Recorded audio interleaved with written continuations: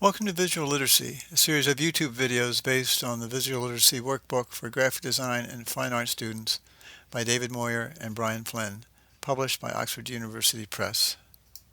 Chapter 4, Color. In this chapter, we will become acquainted with some very basic color principles and vocabulary, as the subject is deep and well beyond the scope of this book. A basic color vocabulary will be a great help in perceiving the hues in an image and expressing our observations of them. In the natural world, we see color as reflected from colored pigments, subtractive color, or as non-reflective colored light, additive color. Additive color is most commonly seen in the light of digital screens, exhibiting a variety of colors achieved through the mixing of colored light. We will direct our attention to the principles and vocabulary of subtractive color seen as the reflection of colored light.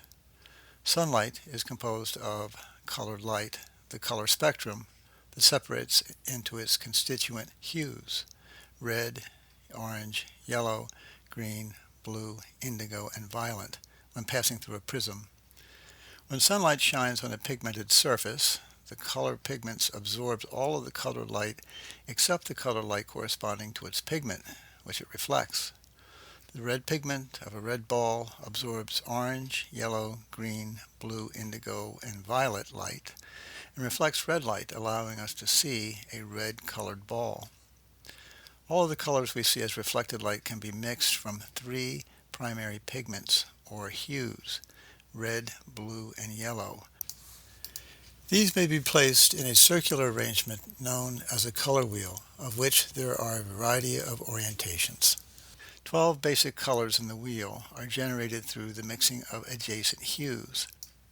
The first mixture of adjacent primary colors, red, yellow, and blue, yield secondary colors, orange, purple, and green. The mixing of adjacent primary and secondary colors makes the tertiary colors: yellow-orange, red-purple, blue-green, and yellow-green. The four main tenets of color are hue, value, saturation, temperature. Hue is the color pigment for which the color is named. Red pigment reflects red light. Value is the lightness or darkness of a hue. Color is lightened by adding white to it or tinting, and darkened by adding black to it or shading. Saturation is also known as chroma or intensity. It refers to the purity or brightness of a color. Hues may be made less bright by mixing them with a similar value gray or with a color opposite it on the color wheel, its complement. Color temperature is the association of a hue with the atmospheric conditions of hot and cold. Warm colors are yellow, yellow-orange, orange, red-orange, red, and red-purple, and appear to advance in space. Cool colors are yellow-green, green, blue-green, blue, blue-purple, and purple, and appear to recede in space.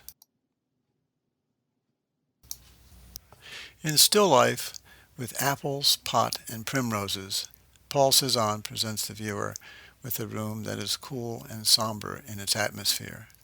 The environment is represented in tinted and shaded blue-greens, very cool in their temperature and low in saturation. The centrally placed table, mostly warm brown, serves as a pedestal for a pot of pink primroses with broad, cool green leaves and an array of warmer yellow, green, and red apples with a small group of oranges. The contrast of the warm fruit processing across the table with its white cloth through the painting's cool atmosphere creates a complementary relationship between the fruit and its environment that enlivens and invigorates the image. In still life, with teapot and fruit, Paul Gauguin presents the viewer with a bright sun-drenched arrangement of fruit and household objects. The atmosphere is anything but somber. The background cloth is a cool dark blue with a touch of purple, punctuated by two warm yellow flowers. The warm red-brown table covered by a white cloth forms the base for a white teapot in cool blue shadow and a rust-colored wooden spoon. The rest of the table is dotted with cool green, warm yellow-green, and orange fruit. all of which are well saturated, lending them a vibrant, bright quality. The close positioning of hues in opposite temperature and high in their purity further enlivens their potent relationship, making their brilliance more so by their difference.